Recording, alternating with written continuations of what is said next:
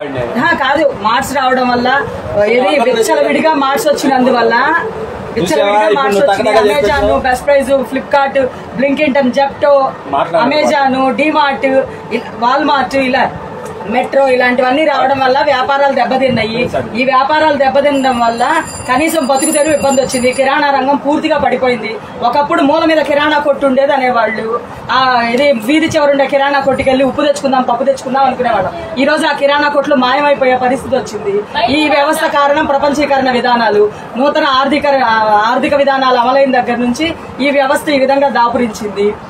ఒకప్పుడు మిర్చి రైతు ఆత్మహత్య, పత్తి రైతు ఆత్మహత్య అన్నట్టు ఈ రోజు కిరాణా వ్యాపారుల ఆత్మహత్యలు అని రానున్న రోజుల్లో చూస్తారు. కాబట్టి ఖచ్చితంగా దేశీయ కిరాణా వ్యాపారులకి ఏమంటారంటే ప్రత్యామ్నాయంగా ఏదైనా చూపించాలి ప్రభుత్వాలు. ఆ కిరాణా వ్యాపారాలను నమ్ముకొని అప్పులు చేశారు. ఆ ఇంట్లో కుటుంబాలు ఆధారపడి ఉన్నాయి. ఆ అప్పులు కట్టలేని స్థితి వచ్చేసింది. ప్రతిదానికి మార్ట్స్ ఆఫర్లు పెడుతున్నారు, బంపర్ ఆఫర్లు ఇస్తున్నారు. 20%, 50% ఇవన్నీ కూడా తగ్గింపు రేట్లు అంటున్నారు. వెళ్ళిపోతున్నారు. దాదాపుగా వీకెండ్స్ వచ్చేటప్పటికి 80% జనం అంతా కూడా మార్ట్స్కి వెళ్ళిపోవడానికి చూస్తున్నారు. మార్ట్స్ కి, మాల్స్ కి వెళ్ళడం, అక్కడ అవసరం ఉన్నవి, అవసరం లేనివి అన్నిటినీ కొనుగోలు చేస్తున్నారు. కరోనా టైంలో నిజం చెప్పాలంటే స్థానిక వ్యాపారులు ఆదుకున్నారు. మార్ట్స్కి ఎవరిని రానివ్వలేదు.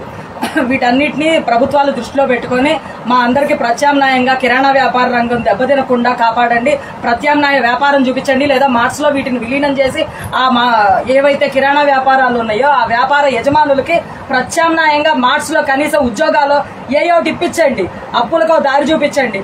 పెద్ద పెద్ద కార్పొరేట్స్ అందరూ కూడా వాళ్ళ అప్పుల్ని రద్దు చేస్తున్నారు కదా.